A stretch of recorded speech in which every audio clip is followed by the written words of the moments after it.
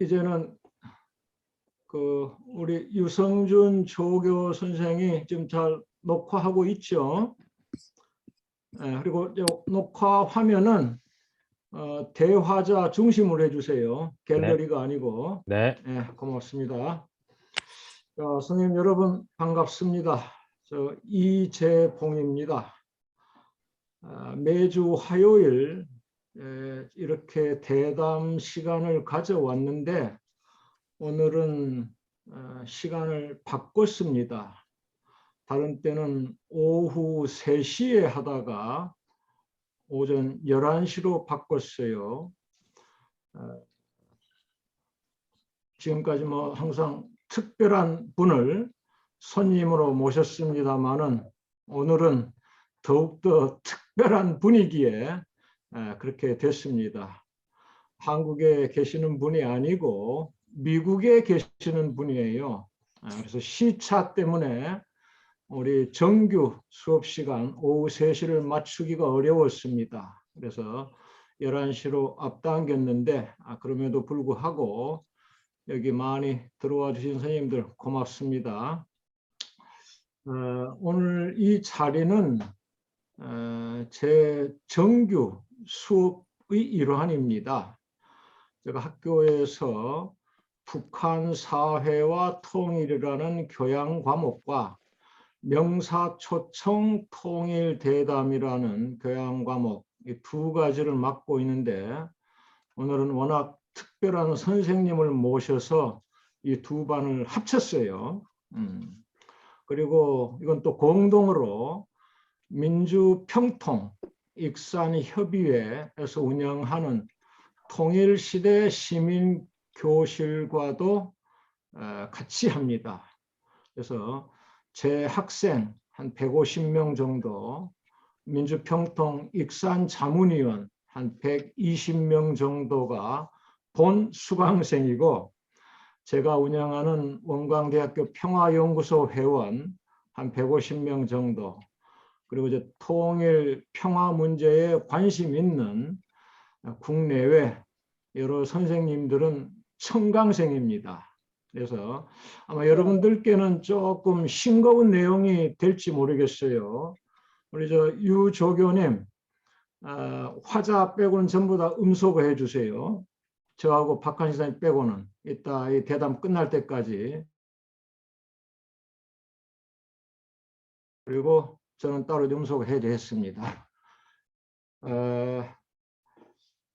지금까지 양해를 구할 것은 그동안 통일 평화 문제에 관심 가져오신 분들은 다 잘 아시는 내용일 거예요. 하지만 이제 오늘은 제 학생들이 주 수강 대상이기 때문에 눈높이를 여기에 맞추겠습니다. 제 학생들은 선생님들 짐작하시기도 어렵겠지만 이제 20살 안팎입니다. 대학교 1, 2학년 학생들이니까요. 그래서 1990년대 말, 2000년대 초에 태어난 학생들이기 때문에 이 학생들을 상대로 조금 쉽게 이렇게 얘기를 풀어가겠습니다. 그래서 저기 우리 일반인 선생님들은 조금 싱거울지 모르겠지만은 같이 들어주시기 바랍니다. 먼저 제가 박한식 선생님을 소개하겠습니다. 거듭 말씀드립니다만은 우리 일반인들은 뭐 너무나도 잘 아시겠지요. 흔히 우리한테 이제 널리 알려진 거로는 1994년이었죠.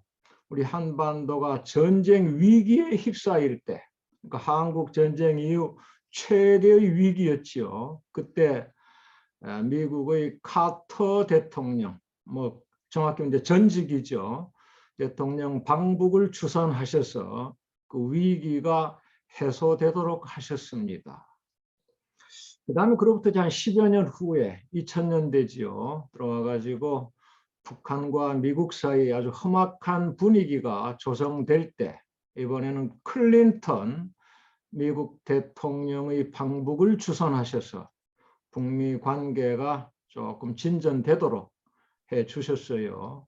이 두 가지 사건만으로도 우리한테 너무나도 잘 알려주셨는데 제 학생들은 이거 몰라요. 그때 태어나기 전이니까. 그래서 제 학생들을 상대로 제가 조금 더 소개하겠습니다. 제가 선생님을 처음 알게 된 것은 1980년대입니다. 아마 우리나라에서 조금 연세가 있고 통일 평화 문제에 관심 가지신 분들은 이미 책을 보셨을 거예요. 북한 기행이라는 책이죠. 우리 이제 남쪽에서 한국 사람들이 이제 저부터도 90년대 말에 방북하기 시작했잖아요. 제가 98년 처음 평양을 방문했는데 그때만 하더라도 학자가 평양에 들어간다는 자체가 뉴스거리였어요. 금강산 관광이 시작되기 전이었으니까요. 근데 미국에서 정치학을 공부하시는, 그러니까 소위 재미 동포 학자들 한 대여섯 분이 평양 방문을 최초로 하신 겁니다. 1981년이었습니다. 벌써 40년이 지났어요. 그리고 이제 미국에서 방북기를 펴내셨죠. 영어로. 이제 그거를 한글로 옮겨서 출판하는데 2년이 걸렸습니다.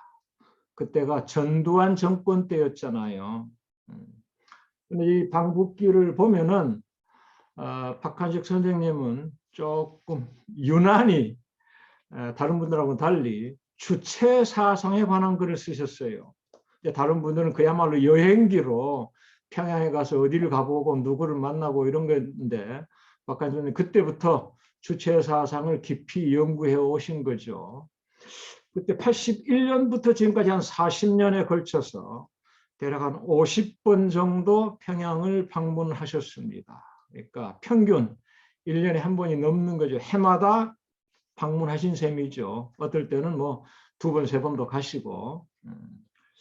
그러면서 우리 한반도 평화에 큰 기여를 해 오셨습니다.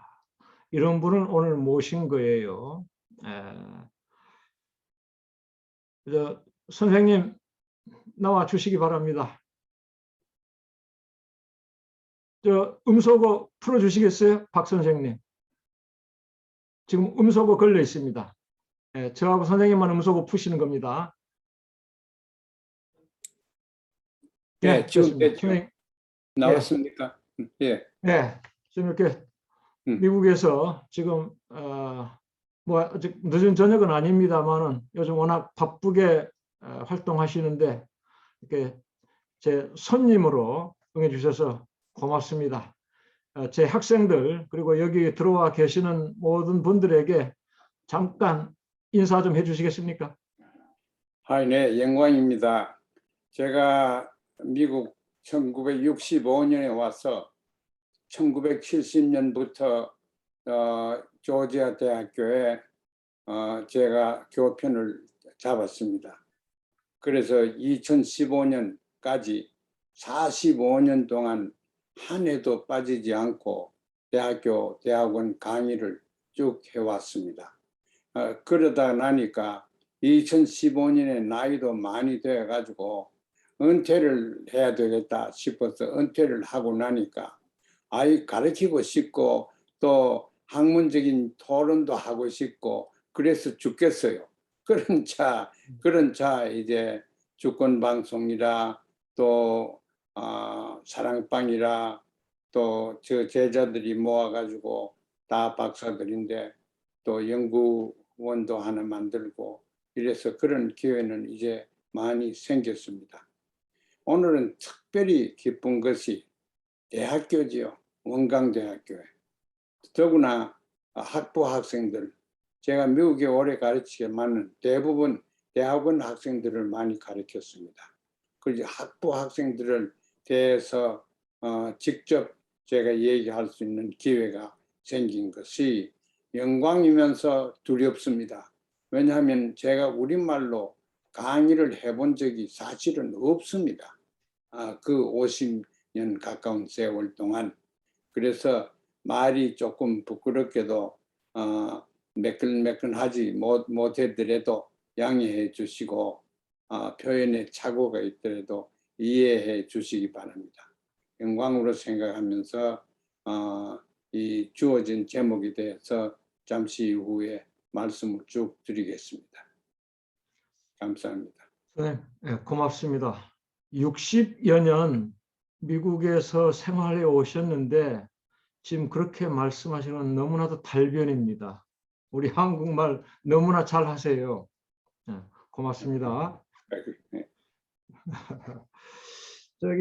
제가 조금 전에 선생님 그 방북기, 그러니까 물론 이제 혼자 쓰신 건 아니죠. 이게 40년 전에 나온 북한 기행을 소개했는데요. 아마 우리 한국인 독자들에게 널리 알려진 계기는 선생님께서 그 3년 전에 펴내신 선을 넘어 생각한다, 이 책을 통해서였을 겁니다. 이 책도 상당히 많이 판매된 걸로 제가 들었어요. 그리고 이제 두 번째로 올해에 이 평화에 미치다라는 책을 내셨어요. 제가 이 책 나오자마자 읽고 정말 너무나도 큰 감동 받았습니다. 저는 지금까지 평화학자, 평화운동가로 자처해 왔습니다. 근데 선생님이 책을 읽고 이런 분 앞에서 내가 감히 평화학을 공부한다, 평화운동을 한다 이렇게 얘기할 수가 있을까 이런 생각이 들었거든요. 근데 이제 선생님이 책을 보면은 책 제목 그대로 평화에 미치다예요. 지금까지 한평생 지독한 평화병에 걸리셨다고 말씀하셨습니다. 이제 그래서 평화병에 걸려 가지고 평화운동해 오시느라고 2010년인가요? 한 10여 년 전에는 간디, 킹, 이케다 상을 받으셨어요. 제가 가장 존경하는 인물이 간디입니다. 간디의 수제자 중에 한 사람이 미국의 킹 목사지요. 그래서 이케다는 일본의 이제 종교가로서 평화에 헌신해 왔고요. 그러니까 이 세 사람 이름을 딴 평화상인데 우리 사회에는 널리 알려진 것 같지 않습니다. 일반인들에게는. 그냥 제가 쉽게 말하면은 노벨상에 버금가는 노벨 평화상에 뭐 제2의 노벨 평화상이라고 할 수 있겠죠. 이것을 2010년에 받으셨고 올해는 우리 한국에서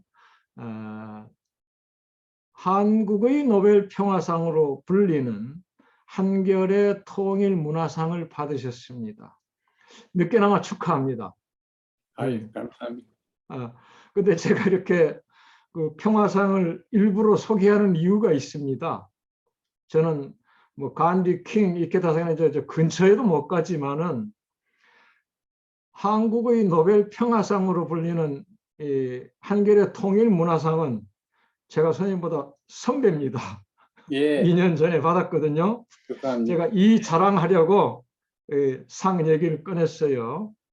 예. 근데 선생님 우리 본격적으로 대담 시작하시기 전에 선생님께서 왜 평화병에 걸렸는지 어릴 때부터 그거 잠깐 제 학생들에게 소개 좀 해주시겠어요? 평화병에 걸리게 된 배경, 과정이라고 할까요? 예. 예. 네. 전쟁하는 장면에 신물이 나서 그렇습니다. 어릴 때부터 제가 6살 때, 7살 때 중국에 있을 때 그때 모택동 장개석 내전에 일어날 때 그때는 무기도 시원찮고 죽장으로 칼로 그 농기구 같은 낫으로 사람을 그냥 죽이고 하는 험악할 때 제가 어릴 때 장면들을 보니까 어릴 때 왜 사람이 사람을 저렇게 죽여야 하느냐 하는 질문이 어릴 때부터 생겼습니다. 그래서 지금까지도 제가 그 질문의 해답을 정확하게 잡지 못하고 있습니다. 그래서 이제 어릴 때 그런 모습을 보고 평화가 참 중요한 거다. 싸우지 않는 것이 중요하다. 이런 생각을 가지다가 이제 해방 딱 되고 나서 우리나라라고 오니까 오자마자 38선이 생겼지요. 제가 중국을 떠나서 우리 조국으로 올 때는 38선이 없었습니다. 그때 그러나 평양에 와서 있는 사이에 38선이 생겨서 이제 남으로 건너왔는데, 제가 옛날에 우리 할아버지께서 만주로 이민을 갔었지요. 제가 거기서 나고 다 해서 저는 조국은 하나입니다. 두 개의 내 조국이 아닙니다. 지금 조국이 갈라졌기 때문에 저는 조국이 없다고 느껴집니다. 돌아갈 조국이 없는 사람이 해외 동포들 중에 많습니다. 그래서 통일이 안 되면은 평화가 없고 또 계속 전쟁과 질투와 갈등과 이런 것들이 계속되겠구나. 그래서 어떻게 하든지 평화를 만들어야 되겠다. 그런데 평화라는 것은 전쟁 없다고 평화가 아니가 절대 아니고, 평화라는 것은 이질과 이질이 말은 잠정적인 적절히 서로 조화되는 것이 평화입니다. 친구가 친구 사이는 평화가 필요 없습니다. 이미 평화가 있는데, 그래 적과 적 사이에 평화가 필요했죠. 그거는 그런 평화는 조화라는 개념으로 풀어내야 됩니다. 그래서 이제 제가 평화를 조화라고 정의를 하고 선언도 하고 연구도 하고, 세계 이 평화 만드는 걸 보면은 이질과 이질이 큰 조화를 이루게 되었습니다. 그래서 제가 이제 하도 비참한 꼴들 많이 봤어요. 그래서 인류가 필요한 것은 진짜 평화가 필요하구나 하는 그런 생각을 옛날부터 했었습니다. 그래, 그 정도 하죠. 예, 고맙습니다. 조금 전에 이제 평화의 정의에 대해서 말씀해 주셨어요. 요즘은 뭐 일반적 용어로 돼버렸습니다만은 무슨 적극적 평화다, 소극적 평화다, 예, 평화를 공부하지 않더라도 이런 말을 많이 쓰게 됐거든요. 네, 예, 좀 전에 선생님께서 말씀하신 전쟁이 없다고 평화라는 건 아니다. 그러니까 일반적으로 이제 우리는 그래도 왔단 말이에요. 전쟁과 평화를 반대어로. 그래서 전쟁뿐만 아니라 모든 폭력, 갈등 이런 것이 없어지는 상태가 평화다. 이런 말씀이었죠. 예, 예, 고맙습니다. 그다음에 좀 전에 제가 그 소개해 드렸는데요. 선생님께서 재미동포 정치학자 일원으로 81년에, 그러니까 정확하게 40년 전입니다. 처음 예, 방북하셨잖아요. 예. 예, 그리고 그때부터 지금까지 한 50번 정도 평양을 방문하셨다고 했는데 왜 그렇게 자주 평양에 가신 겁니까? 곧 우리 제 학생들한테 잠깐 음, 소개 좀 해주시겠어요? 예, 그 사회를 이해하려고 하면은 체험을 음, 해야 된다고 생각합니다. 그래서 이제 북에 관해서 이론도 있고 뭐 다 하지만은 음, 체험을 해봐야 되겠다. 북한 음, 사람들이 사는 모습을 보고 또 대화도 해보고 질문도 많이 해봐야 되겠다. 그런데 제가 이제 평화학이라고 한 것은 무슨 정치학보다도 훨씬 더 광범위하고 한 거지요.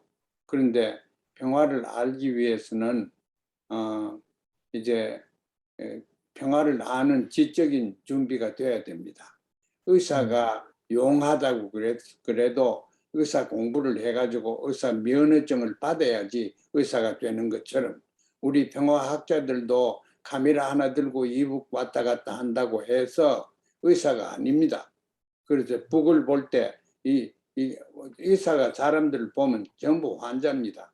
그래, 환자라고 보면은 환자의 병을 낫게 하려고 하면은 건강한 상태를 알아야 되고 또 병을 진단해야 되고, 이런 거 하는 것은 카메라 가지고 가서 사진 찍기 이전에 벌써 머릿속에서 다 되어 있어야 됩니다. 제가 볼 때 우리 이재봉 교수한테 배우는 학생들은 얼마나 다행인지 모릅니다. 이재봉 교수님은 제가 볼 때 외람스럽지만은 병의사의 면허증이 몇 개나 가지고 있습니다. 내과 의사, 외과 의사, 심지어는 정형과 의사까지 가지고 있습니다. 어떻게 생긴 게 잘생긴 사회냐, 정치 제도냐 하는 데 대해서 그 사회를 보기 전에 지식을 가지고 있어야 됩니다. 그래서 이제 지식이 있는 의사 면허증을 공부를 했는 사람이 북에 가서 북을 환자라고 보면은 환자 어떤 병이 있고 어떤 점에 치료가 필요하다, 어떤 치료를 해야 되겠다 하는 생각이. 그러니까 우리는 전부 다 학자들은 의사라고 보면 옳습니다. 그래서 이제 그 평화를 좀 더 조직적으로 학자로 봐야 되겠다 하는 그런 생각이 들었죠. 그 말남점에 한 말씀은 더 드리죠. 지금 저는 아까 말씀드렸듯이 조국이 없어졌습니다. 외국 나라가 있는 사이에 조국이 분단이 돼가지고 조국 돌아갈 조국이 하나가 있어야 되는데 없습니다. 그래서 여기도 갈 수 없고 저기도 갈 수 없고 하는 이런 상황에 제1동포들한테 물어보십시오. 또 외국에 오래전에 나간 간도나 이런 또 중국도 오래전에 나간 사람들 느끼기는 그렇게 느껴집니다. 조국이 없어졌습니다.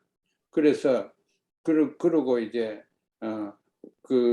왜 통일을 해야 되느냐 하는 이런 질문 젊은 분들이 많이 한다고 그러는데 통일은 선택이 아닙니다. 이 통일하지 않으면 안 됩니다. 왜냐하면 우리는 남남이 아니고 가족이기 때문에 그렇습니다. 이 부부가 남과 북이 강제로 헤어졌습니다. 어린애들 많이 놓고 잘 살다가 고구려부터 쭉 이렇게 살다가 강제로 헤어졌습니다. 헤어져서 한 70년 동안 따로따로 이렇게 살고 따로 제도와 다른 그 영향력이 있는 국제 질서를 장악하고 있는 강국들 밑에 가가지고 따로따로 한 70년 살았거든. 그러니까 생각도 달라지고 사는 방법도 달라지고 많이 달라졌어요. 그래, 달라진 거는 조화를 시켜야 되고 또 많이 달라져도 역시 달라지지 않은 민족성이랄까 민족의 관습이랄까 이런 게 있습니다. 그걸 중심으로 해서 그걸 우리가 더 강화시키면서 통일운동과 통일 문화를 창조해야 된다고 생각합니다. 그래서 통일은 왜 해야 되느냐, 남남끼리 사는 것처럼 잘 살면 되지 않는 남남끼리 사는 것처럼 못 삽니다. 왜? 남남이 아닌데 남남끼리 그렇게 살 수가 없습니다. 이렇게 이혼해가지고 헤어진 사람이 한 70년 헤어졌는데 잘 단란하게 사랑하고 사는데 헤어졌는데 이제 국제 여건이나 이게 이제 또 만날 수 있는 상황이 되노니까 얼마나 좋습니까? 이 문 대통령과 김정은 위원장이 평양에서 판문점에서 만나서 이 참 포 끌어안고 하는 걸 보면은 그건 민족이 동족이기 때문에 그렇습니다. 말도 같고 정서도 같고 그게 정치 이념이 같다는 건 아닙니다. 정치 이념이나 이런 것은 우리가 변경시킬 수 있지만은 민족성이나 이런 관습이나 그런 것은 변경시킬 수가 없습니다. 변경시킬 수 있는 것은 우리가 동질성을 그냥 가지고 있다고 저는 믿고 있고 변경시킬 수 있는 것들은 이질성이 많이 생겼습니다. 그러니까 우리가 자극해야죠. 네. 예, 선생님 고맙습니다. 근데 이제 그거는 이따 다시 또 얘기하도록 하고요. 일단은 왜 그렇게 자주 평양에 가셨느냐 할 때 이제 체험이라고 하셨어요. 직접 북쪽을 체험해 보시기 위해서. 근데 이제 그 전에 선생님께서 의사 얘기를 많이 하셨어요. 흔히 이제 평화학을 보건학과 비교하잖아요. 전쟁이 없다고 평화스러운 게 아니다 이렇게 얘기하듯이 우리가 어떤 심각한 불치의 병을 가지고 있지 않다고 건강하다고 얘기할 수가 없다. 뭐 이런 논리 아닙니까? 그래서 이제 평화학, 보건학을 많이 비교하는데요. 근데 선생님 그 체험과 관련해서요. 사실 저희 남쪽 사람들하고 재미동포들한테는 좀 다르게 대응하는지 모르겠습니다만은 저희들이 평양에 들어가면은 쉽게 말해서 가이드 투어라고 할까요, 영어로? 예, 북쪽 사람들이 안내하는 곳만 갈 수가 있습니다. 저도 그렇게 했고요. 한 서너 번 예, 갔습니다만은. 예. 근데 선생님께서는 이제 한 50번 정도 이제 가셨는데 체험을 제대로 하실 수 있었을까요? 그러니까 북쪽 사람들이 예. 안내하는 곳만이 아니라 선생님께서 참 가시고자 했던 곳, 또 듣고 예. 싶어까지 했던 그런 얘기, 그런 걸 제대로 토론하신다든지 방문하실 수가 있었어요? 제가 처음 뭐 몇 번 갈 때, 서너 번 갈 때는 음, 가서 우선 안내하는 데만 갔지요. 그다음에 예, 제가 그 사회, 그 체제에 대해서 학자로서 질문들이 많이 생깁니다. 그러면 네, 제가 어디에 가고 싶고, 심지어서는 누구와 만나서 어떤 제목의 토론을 하고 음, 싶은 이런 게 내가 저한테 마음속에 생깁니다. 그렇죠. 그러면은 항상 가기 전에 요청을 음, 합니다. 이번에 내 음, 여행 목적은 학자로서 이런 건데 이런 걸 위해서는 누구를 만나고 어떤 제목에 대해서 더 연구를 하고 싶다. 이런 음, 사람들을 만나게 해달라. 그러면은 한 80%는 들어줍니다. 대부분. 알겠습니다. 예, 예, 예, 그렇게 구체적으로 요구를 하면은 들어줍니다. 음, 예, 또 그러니까 지금도 선생님 이제 마찬가지고. 예, 사전에 이제 연구 계획을 짜셔가지고 예, 그렇게 이제 요청하셨단 말이죠. 그럼. 알겠습니다. 고맙습니다. 예, 그 다음에 이제 이거는 우리 일반인들에게는 너무나 잘 알려졌습니다만은 거듭 말씀드립니다만은 제 학생들은 전혀 몰라요. 94년 얘기. 우리 학생들은 90년대 말에 태어났으니까요. 94년 한반도 위기에 대해서는 뭐 굳이 제가 설명 안 해도 될 테고요.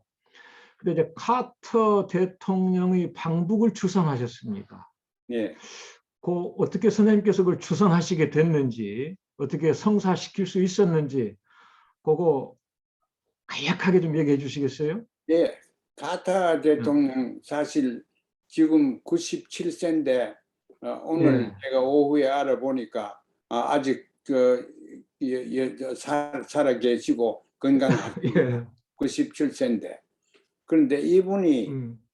음. 어, 대통령 되기 전에 제가 예. 유니버시티 오브 조지아 대학교에 제일 큰 주립대학교에 조교수로 갔습니다. 예. 1970년에 70년에 음. 갔습니다. 그러니까 음. 그때 1970년에서 74년까지 조지아 주의 주지사를 했어요. 이 양반이. 예. 예, 맞습니다. 주지사를 했고 뭐 국제관계나 이런 거는 전혀 모르고 주지사를 음. 74년에 마치고 이제 대통령 출마하겠다는 결심을 했습니다. 음. 그래서 제가 중간에 아는 사람들도 넣고 이래서 직접 또 만나고 그랬어요. 그거 할 때 이 사람이 주지사로 있을 때 그 주지사를 1974년에 마치고 나서 한 2년 동안 선거운동을 했습니다. 음. 아주 열심으로 선거운동을 방문을 많이 하고 악수도 손에 아프도록 하고 이렇게 다 음. 했습니다. 그래서 음. 지미 카터가 누군지도 전혀 이 전국적으로는 몰랐죠. 그래서 지미 음. 카터 그러면 사람들이 지미 후 그런다고 이름이 하도 카터라는 게 안 알려져 있어가지고 음. 케네디나 이런 것만 알려져 있지만 그래서 그런 이분이 대통령이 1976년부터 대통령이 돼가지고 80년 4년 동안 대통령 할 때 예. 음. 제가 그때 이 사람 보좌관인 브진스키라고 있습니다. 예. 그분을 통해서 제가 미군 철수를 해야 된다고 제가 음. 진언을 했습니다. 그때 음. 미군 철수를 해야 된다고 진언한 게 한국에도 다 알려져 있죠. 그래서 저는 정부로부터 굉장히 미움을 많이 받았습니다. 요새 음. 미군 철수 그래도 야단날 건데 그렇죠. 1970년에 미군 철수 그랬으니까 우리는 죽으란 말인가 뭐 그런 식으로 다 예. 나왔습니다. 그 음. 지미 카터가 미군 철수 말을 옳게 들었습니다. 저뿐만 아니라 미군 철수를 주장하는 학자들도 있고 정치가들이 있었습니다.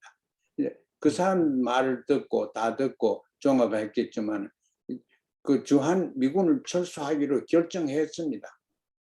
철수하겠다고 그랬습니다. 그래서 그렇죠. 예.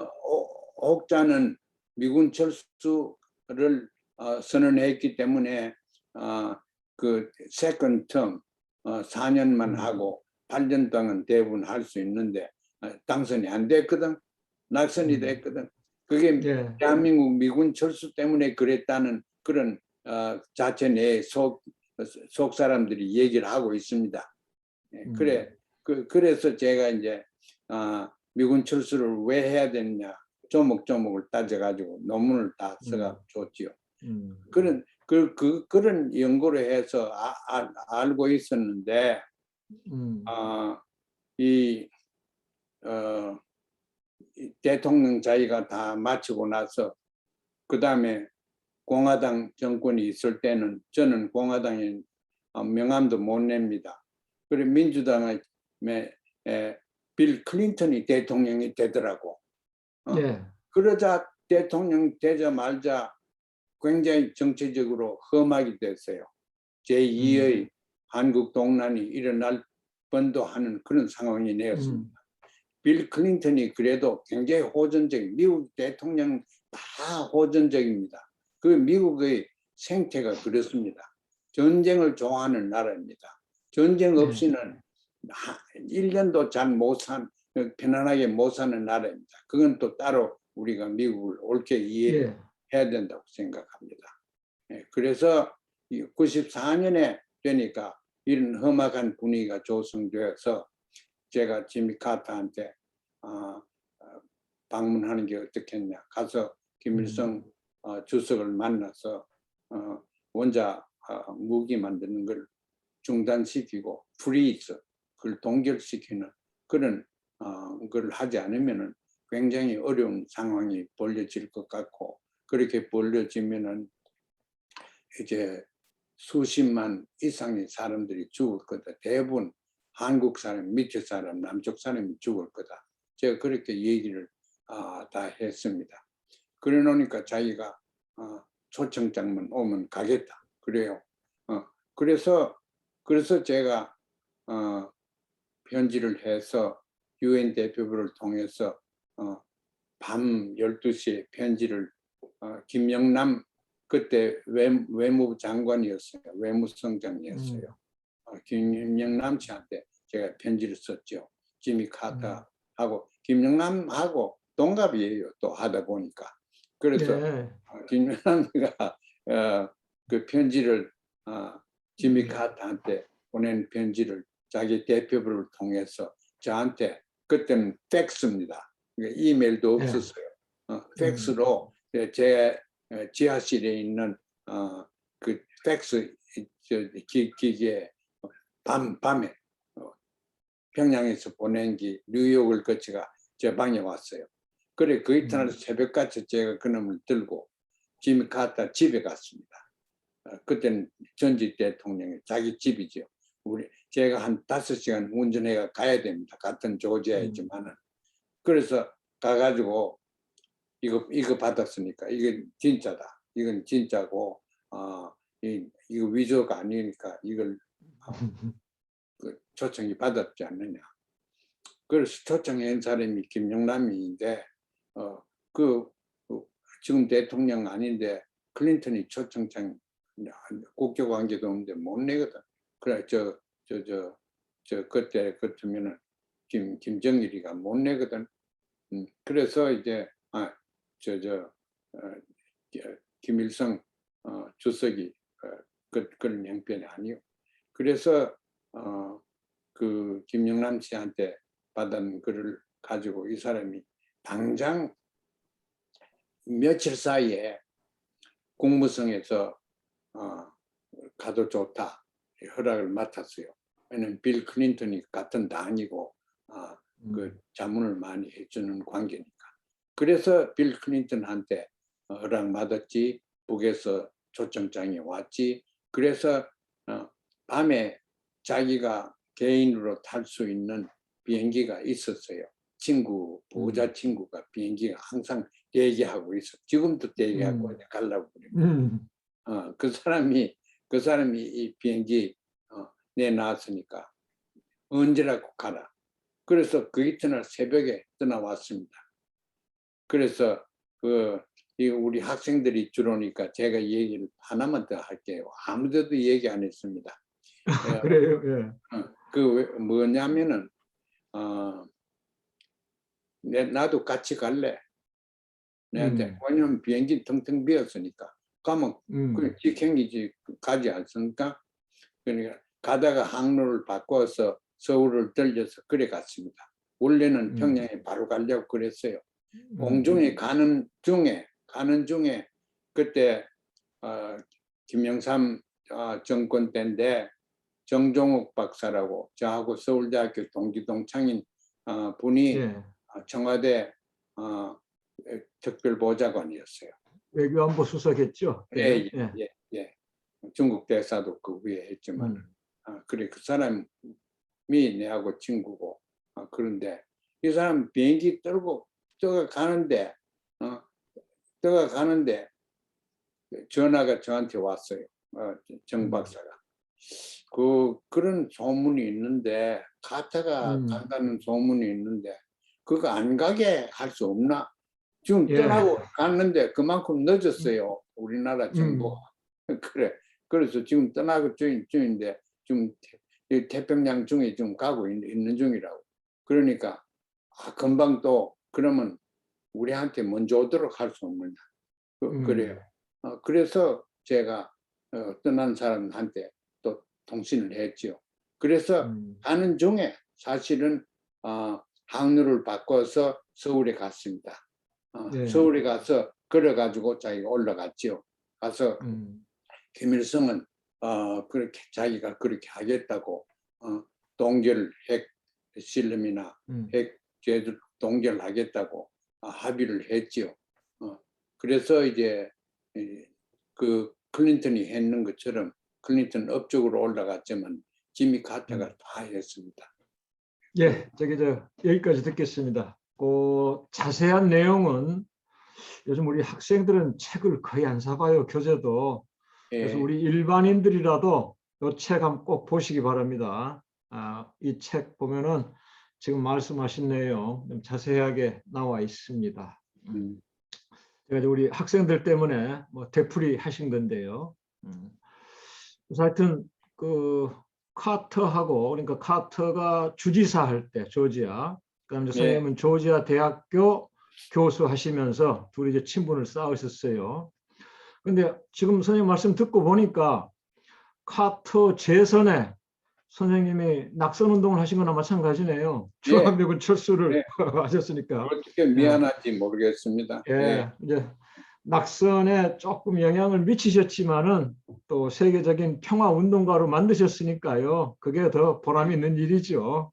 미국의 폭력 대통령 2번 하는 것보다. 예, 좋습니다. 그다음에 뭐 역시 또 이제 책에 나오는 이야기입니다만은 또 하나 2000년대 들어가지고 이제 2009년이었죠. 그러니까 정확하게 15년 뒤에 지금 얘기하신 클린턴 방북을 주선하셨어요. 클린턴이 이제 우리 남쪽에는 상당히 평화적 대통령이라고 알려져 있습니다. 나중에 그랬죠. 김대중 대통령 만나고 나서. 그전에는 상당히 호전적이었어요. 선생님 말씀하신 것처럼. 저기 비무장 지대 가가지고 북한 계속 공산주의자들이 핵무기 개발하면은 그냥 나라가 없어질 것이다. 이렇게 그냥 큰 소리 치기도 하고요. 그게 96년 얘기거든요. 김영삼 정부 때. 이제 김대중 대통령을 만나 가지고 이 사람이 이제 평화적으로 바뀌게 되는 거죠. 근데 이제 클린턴도 역시 그 대통령 끝내고 나서 소위 이제 평화 운동가 노릇을 했습니다. 선생님 영향이 클 텐데요. 클린턴 방북은 어떻게 주선하시게 됐는지 2009년 상황 이것도 좀 간단하게 말씀해 주시겠어요? 이건 제 책에 얘기 안 한 거지만 클린턴이 대통령 되고 나고 있을 때 북미 관계가 험했습니다. 아주 험한 그때 미국 여기자 둘이 저기에 체포되었습니다. 예.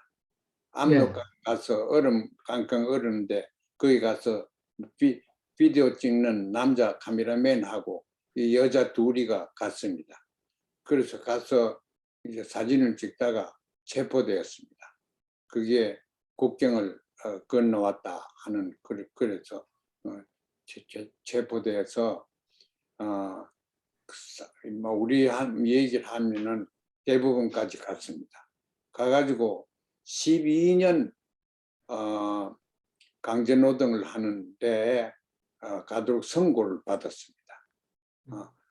그래 놓으니까 이 미국에서는 이걸 그냥 놔둘 수 없다. 우리가 뭘 해? 미국에 또 그 공격할 가능성이 또 생겼습니다. 1909년에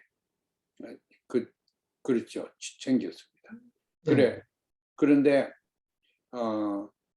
그때 제가 매년 왔다 갔다 할 때니까 가서 평양에서 관계되는 분들 또 거기에 계신 분들하고 의논을 했어요. 이거 우리 다 해가지고 그 재판까지 다 했고 우리들 우리 조국의 법에 의해서 결말이 났으니까 이제는 사면을 해서 석방시키는 게 좋지 않습니까? 국제 정치로 봐도 그렇고 재판도 안 했는데 사면시킨 거는 못하지만 재판을 다 해가 우리 재판 주권 국가로서 할 걸 다 했는데 인도적으로 사면 그래서 그 얘기가 잘 돼서 사면을 하도록 그렇게 제가 북에서 얘기를 했습니다. 그분들하고. 그런데 사면을 하는데 북에서는 조건이 있다 이거예요. 조건이 뭐냐? 두 가지 큰 조건인데 하나는 사면은 국가 원수밖에 시킬 수 없다. 적어도 그렇다. 적어도 체제도 그래요. 그때는 김정일 위원장밖에는 사면을 시킬 수 있는 권한이 있는 사람이 없다. 그렇게 하기 위해서는 사면을 요구를 해야 되는데 사면 요구는 그게 비금되는 급으로서 있는 분이 미국 사람이 저명 인사가 요구를 해야 된다. 그래서 그러면 사면 요구는 어떤 말을 써야 되냐? 그 요구를 하기 전에 이 불법 행위를 했는 기자들을 규탄을 하고 또 그런 불법 행위를 당신 나라에서 한 걸 잘못됐다고 사과를 하고 사과는 아팔라지를 하라 이거예요. 아팔라지 사과를 하고 그 다음에 정식으로 사면을 요구를 해라. 위원장께 요구를 해라. 그래서 그 정도는 할 수 있겠다. 왜냐하면 미국에서도 굉장히 중요한 사건이었습니다. 기자들, 여기자 둘을 체포한 것이. 그래서 사면을 할 수 있도록 그때 제가 통하는 것이 통한 사람이 국무장관 했는 자기 부인입니다. 자기 부인을 통해서 이제 사면 요구를 하고 사과를 하고 이 두 가지가 꼭 필요하다. 그러니까 어떻게 해서 이 두 가지를 다 해냈습니다. 노스 코리안들이 구체적인 단어까지 요거 단어들이 들어가는 그 내용이 와야 된다. 하나는 아팔러지, 하나는 사과, 그 하나는 사과를 하고 하나는 자기가 잘못했다는 거, 자기들이 잘못했다는 걸 인정하라. 그래서 그걸 다 그대로 해줘서 제가 전했습니다. 그러니까 언제든가 클린턴이 직접 와서 구두로 사과하고 이거 하고 나면은 석방시키겠다.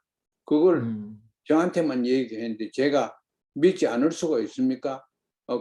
그게 거짓말일 수도 있었어요. 그러나 저는 믿고 와서 그렇게 전했죠. 요렇게 조금만 받쳐주면 틀림없이 석방된다. 나는 그렇게 전문가로서 알고 있으니까 빌 클린턴이 가야 되겠다.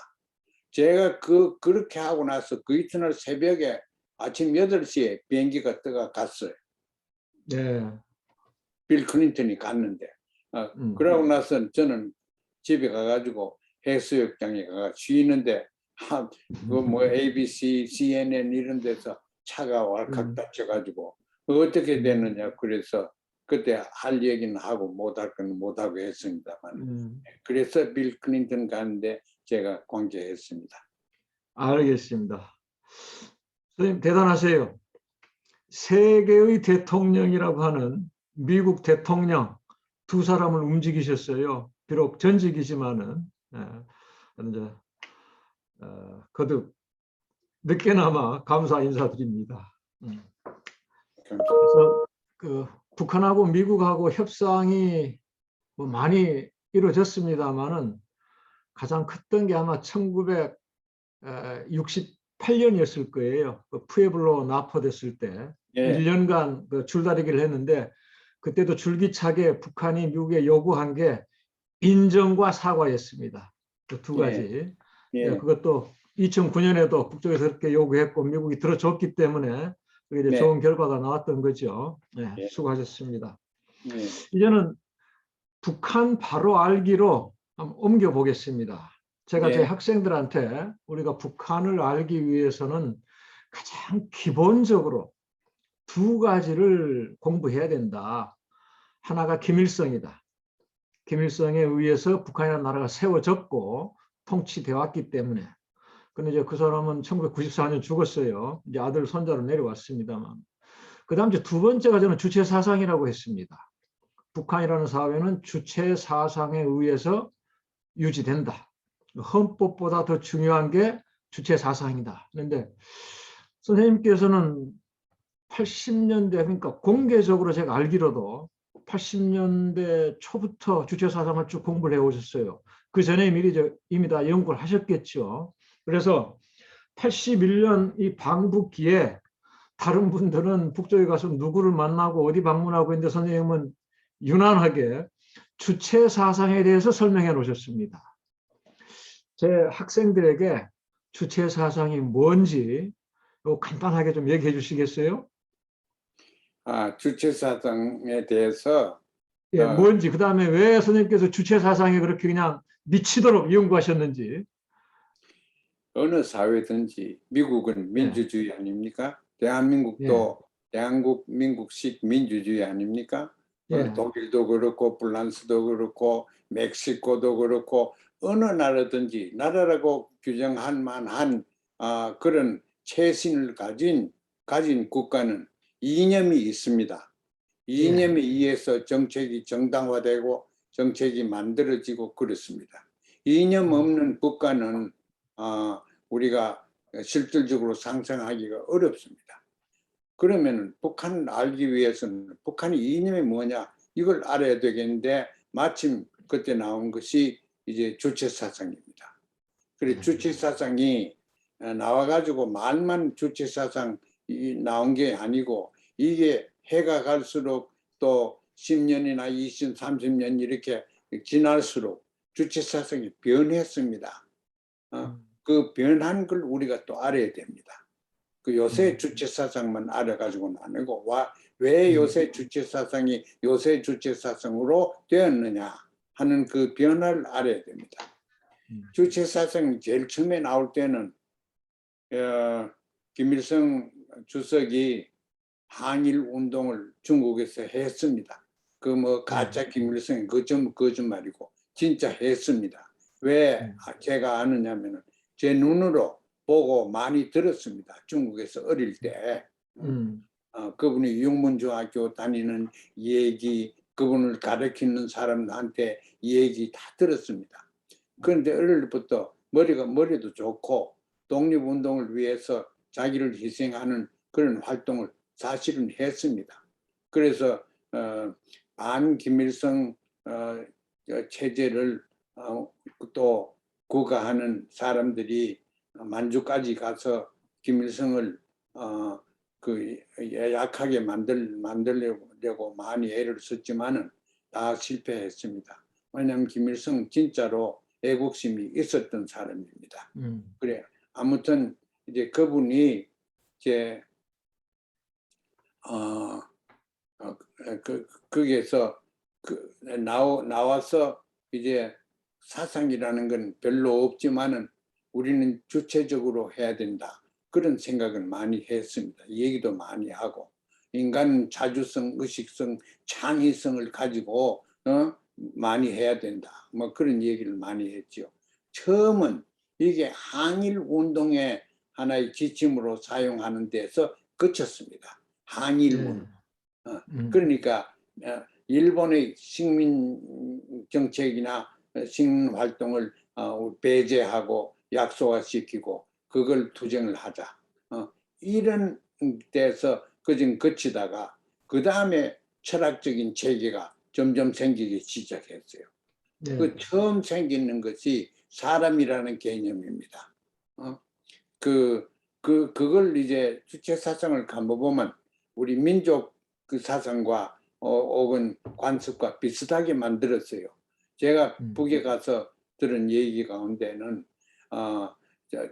쟤는 언제 사람이 되려고 하느냐 그렇게 얘기를 많이 해요. 그런데 그건 내 어릴 때 우리 선생들한테도 많이 들었거든. 좀 언제 사람 되려고 하느냐. 그런데 지금도 남쪽에 가면 또 그런다고 해요. 쟤는 언제 사람 돼. 그러니까 저 인간 언제 사람 되려고 하느냐 하는 거는 우리 민족의 공통성입니다. 예. 그런데 그거를 김일성 주석이 포착을 해가지고 사람 되는 사회가 옳은 사회다. 그렇게 인간으로부터 사람 되는 게 옳은 사회. 그래서 사람 중심의 사상이다. 물질 중심이나 경제적인데 중심을 두는 게 아니고 사람 중심으로 우리가 해야 되겠다 하는 것이 주체 사상의 처음 철학적인 기반입니다. 예. 예, 그러고 사람 중심으로 그러면은 사람이 교육이라는 건 모든 교육, 정당도 그렇고 교육, 일반 교육도 그렇고 인간을 사람 만드는 데 교육의 목적을 둡니다. 지금까지 그렇게 왔습니다. 그런데 인간은 사람 만드는 데는 그게 지침이 인간은 이 물리적인 생물적인 인간으로 이 세상에 태어나지만은 사람이 되면은 사회 정치적 존재가 된다. 이렇게 얘기를 합니다. 사회 정치적 그 존재가 되면은 사람이 되는 거다. 그러면은 그 사회를 자기보다 더 중요하고 단체를 자기보다 더 중요하고 국가와 민족을 훨씬 자기보다 중요하는 그런 개인주의나 이기주의를 떨쳐버려야 된다고 생각하는 것이 사람 중심의 교육이고 사회 정치적 생명체의 탄생입니다. 그게 주체사상 그 정도에 나오다가 그 다음에 이제 사람은 어떻게 돼야 된다. 지금 말씀했죠. 인간이 사람 돼야 됩니다. 사회는 어떻게 돼야 되느냐. 사회는 우리식 사회주의가 돼야 된다는 거예요. 그래서 우리식 사회주의라는 게 좀 복잡합니다. 제가 시간을 그렇게 할 수도 없고 우리식 사회주의를 하는 것이 사회지요. 그리고 그 민족적이고 국가적이고 요새는 인류도 얘기를 많이 합니다. 환경 얘기도 하면서 그리고 국제사회의 보통 국가로서 문명된 국가로서 인정을 받으려고 그런 노력을 많이 합니다. 환경 문제도 많이 얘기하고 지상낙원이라는 거는 그냥 자기들이 옛날에는 지상낙원이 자기만 그런데 요새는 그렇지도 않아요. 사회민주주의 체제를 가진 것이 더 우수하고 지금 북쪽도 지금까지는 왔지만 앞으로는 어떻게 어느 방향으로 가야 된다는 이론들도 만들어내고 있습니다. 그것이 알겠습니다. 제가 선생님 중간에 학생들 위해서 중간에 정리 좀 하겠습니다. 예. 우리 이제 기성 세대들은 과거에 교육과 언론을 통해서 김일성 가짜라고만 배워왔어요. 요즘 예, 젊은이들은 그렇지 않습니다. 그래서 제 학생들은 김일성 가짜라는 말 안 들어봤을 거예요. 예, 물론 이제 독립운동을 인정하지만은 그걸 이제 과소평가하는 정도지요. 독립운동 하기는 했는데 뭐 별게 아니었다 이런 식이에요. 근데 아무튼 우리 사회에 김일성 친구라고 할 수 있는 최덕신이라든지 또는 손원일 같은 사람이 육군 쪽에서 해군 쪽에서 참모총장도 지내고 또 예, 나중에 대사도 지내고 이런 사람들이 있는데도 불구하고 그 시절에 김일성 가짜론이 아주 확산된 거예요. 예, 그만큼 우리 남쪽이 미친 사회였죠. 예, 그다음에 이제 주체 사상에 관해서 1930년대 항일 운동을 하면서 싹이 텄다. 예, 하지만 이제 본격적으로 이게 좀 체계적으로 정비된 게 뭐 한 50년대부터라고 할 수가 있겠죠. 예, 말 그대로 주체 사상. 뭐 주체적으로 살고 자주적으로 살자는 것 아니겠어요? 선생님께서 그, 지금 이제 사람 강조하셨는데 우리 자본주의 물질보다는 음, 사람이 먼저 사람이 중심되는 뭐 그런 철학, 뭐 사상이라고 이해하면 되겠죠. 예, 그래서 하여튼 주제와 아주 자주와 주체를 좀 강조한 그러한 철학 또는 정치 사상이다 이렇게 이해하면 될 것 같아요, 우리 학생들이. 예, 그 다음에 이렇게 참 좋고 바람직했어요. 하지만 나중에 좀 이제 부정적인 아까 선생님께서 이제 그 변화, 변질이라는 말씀하셨잖아요. 왜 이렇게 좀 부정적인 방향으로도 흐르게 됐는지 이것만 한마디 좀 해주시겠어요? 소위 변질. 그 자체가 북에서 예, 부정적으로 발전됐다고 저 눈에는 안 보입니다. 그 예, 외부에서 더구나 남쪽에서 부정적으로 음, 해석을 많이 했지요. 예. 예컨대 뭐 부정적이라는 수령론이라든지 예, 후계자론. 예, 예, 그걸 사실은 지금 한국말로 북한 저기 예, 조선은 지금 예. 조선은 하나의 종교국 일종의 종교국가입니다.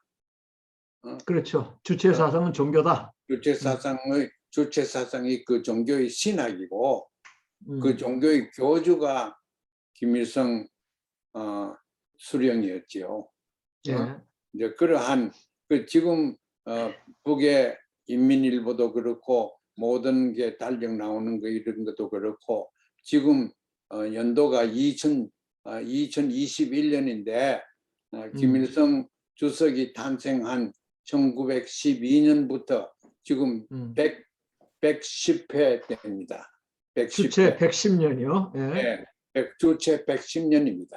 자기를 다. 음, 그만큼 이제 하나의 종교성을 가지고 음, 종교성의 어, 그 성경이나 이런 경서가 또 있듯이 주체 사상에서 그런 걸 다 구체화 시켜냈습니다. 음, 주체 음, 사상을 연구하려고 하면은 이게 음. 하나의 세속적이랄까 종교 기관인데 종교 사상인데 이 어떤 거냐 이런 걸 봐야 됩니다.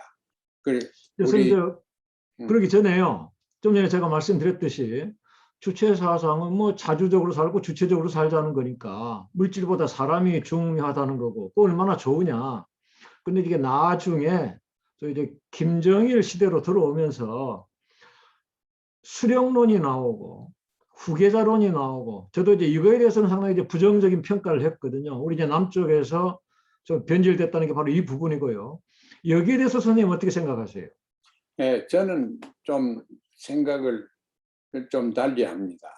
예, 어, 그 북이 많이 변했습니다. 그뭐 예, 요지부동하게 변하지 않는 게 아니고 많이 변했는데 어디로 음, 변했냐면은 국제화되고 더 과학화되고 농업도 음, 그렇습니다. 더 음, 과학화되고 더 질을 추구하고 양보다 그러니까 질을 추구하기 때문에 이념이나 형이상학적인 가치관이 굉장히 중요한 것이죠. 음, 경제적인 업적보다는 이제 그런 의미에서 주체 사상이 그렇게 변하고 북한 사회가 그렇게 변하면서 소위 우리식 사회주의라는 스스로 그렇게 부르는 상황이 지금 되었습니다.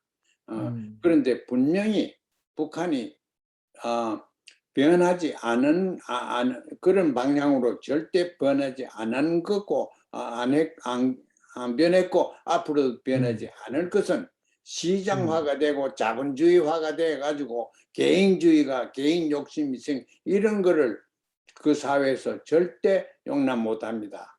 용납하지 않습니다. 그렇기 때문에 그런 가능성이 조금만 있으면은 누구라도 자기의 외삼촌이 되나 그런 장선택 경우 어떤 사람도 하루아침에 날리고 자기 또 친형인 김정남이도 하루아침에 어떻게 날아가는 그런 그 체제의 신성성을 지키기 위해서는 무엇은 대가라도 치르는 것이 지금 조선 사회입니다. 그걸 우리가 이해를 하면은 저놈 사회 변하기는 변하는데 어디로 변하느냐 하는 것은 좀 구체적으로 연구를 할 필요가 있다고 봅니다. 예, 좋습니다. 고맙습니다. 이제 통일 정책 또는 방안 쪽으로 옮겨보겠습니다. 예. 제가 이제 배경 설명을 좀 하자면요. 2000년 6월 우리 남북 역사상 처음으로 정상회담이 열렸습니다. 그때 이제 김대중 대통령, 김정일 국방위원장이었죠. 그때 가장 중요한 합의가 나왔어요. 흔히 우리가 이제 6.15 선언이라고 하는데 그 2항에 우리 남쪽의 통일 방안과 북쪽의 통일 방안 가운데 공통점을 바탕으로 통일을 지향하자고 한 거죠. 우리 이제 남쪽의 통일 방안은 1989년 노태우 정부 때 처음 만들어졌습니다. 그리고 이제 94년 김영삼 정부 때 뭐 글자 그냥 몇 개 바뀌어 가지고 지금까지 지속되고 있어요. 많은 사람들이 이걸 좀 잘 모르고 있는데요. 2021년 11월 현재 우리 남쪽 대한민국의 공식적인 통일 정책은 1989년 노태우 정부 때 처음 만들어지고 94년 김영삼 정부 때 살짝 고쳐져 가지고 그 뒤로 김대중, 노무현 그리고 이명박, 박근혜 거쳐서 문재인 정부에까지 이루고 있습니다. 그 내용이 3단계로 돼 있어요. 1단계가 평화 공존하면서 화해 협력하자. 그리고 2단계가 연합을 이루자. 그리고 이제 3단계로 와서 완전 통일 이루자. 그게 보통 최소한 3, 40년 걸릴 거예요. 거기에 따르면은. 북쪽은 1960년부터 연방제를 주장해 왔습니다. 지구상에 연방제를 택하고 있는 나라가 한 20개 정도 될 거예요. 가장 대표적인 나라가 지금 선생님 계시는 미국이고요. 남쪽에서는 죽어도 자본주의, 북쪽에서는 기어코 사회주의를 주장하는 한 체제를 합칠 수는 없지 않느냐. 그래서 내부적으로는 두 개의 정부, 두 개의 체제가 존재하되 외부적으로는 한 나라. 이제 그게 고려민주연방공화국이죠. 이거 만들자고 한 거예요. 그런데 저는 이거 바람직하다고 한 게 통일 방안은 상대가 있기 때문에 상대가 어느 정도 받아들일 수 있어야 되는데 자기 혼자만의 주장이 아니라 이 두 방안의 공통점을 바탕으로 통일을 지향하자고 했단 말이에요. 그래서 그 두 방안 공통점을 남쪽의 통일 방안 두 번째 단계 연합 그리고 이제 북쪽의 통일 방안 연방제에서 낮은 단계 이걸로 정해놓은 거예요. 근데 선생님께서는 이 국가연합에 대해서 아주 부정적으로 평가하고 계세요. 선생님께서 이 국가연합에 대해서 그렇게 신랄하게 비판하시는 이유가 뭡니까? 저는 이거 상당히 바람직하다고 생각하는데요. 그건 연합이라고 부르던강 연방 낮은 단계로 부르던강 관계없습니다. 실질적인 문제가 어디에 있느냐? 남과 북이 지금 오랫동안 이혼 상태 아까 말씀드린 것처럼 있고 남과 북이 또 냉전이라는 수십 년 동안 지나면서 다르게 됐습니다. 그거는 북에서 봐도 남에서 봐도 다르게 된 거는 사실인데 어떻게 다르게 되느냐? 그걸 우리가 따져봐야 됩니다. 제가 볼 때는 한 여덟 가지 철저하게 다른데 차이점이 있습니다. 하나는 예. 개인주의고 하나는 집단주의입니다. 예. 철저합니다. 하나는 민족주의고 하나는 예. 세계주의입니다. 그건 또 예. 철저합니다.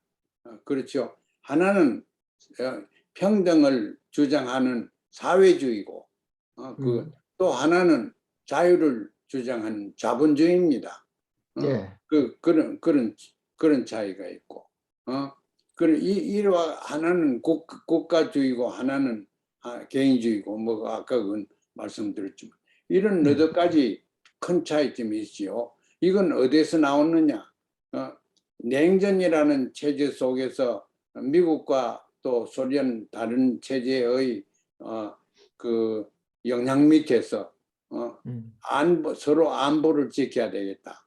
그래서 안보 문화가 남과 북에 만연되어 있습니다.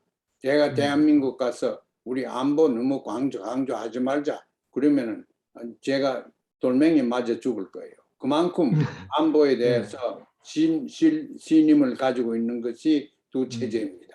그런데 안보 때문에 안보도 안 되고 평화는 물론이고 안 됩니다. 안보는 서로 불신하고 서로 비판하고 서로 악마화시키고 또 그러면서 동시에 하는 것이 군비 확장을 하고 무기를 새로 만들고 또 구입하고 지금 쭉 그러니까 남과 북의 관계는 이 안보 경쟁의 관계에서 안보 경쟁이라는 군사 경제 물질뿐만 아니고 정신적인 것까지 안보가 대립되어 있습니다. 그래서 그것을 우리가 어떻게 하든지 그 비빔밥처럼 같이 넣어놓으면은 안 됩니다. 그러니까 일정한 기간 동안 따로 통합 안 시켜야 됩니다. 그거는 이 둘 다 합의해 하나는 연합적으로 해서 언제 통합되더라도 지금 우선 통합시키지 말자. 그거 옳습니다. 하나는 낮은 단계에 그래가지고 대부분 권한은 주지 말고 일단 통일 연방 더 완전한 국가를 만들자 이겁니다.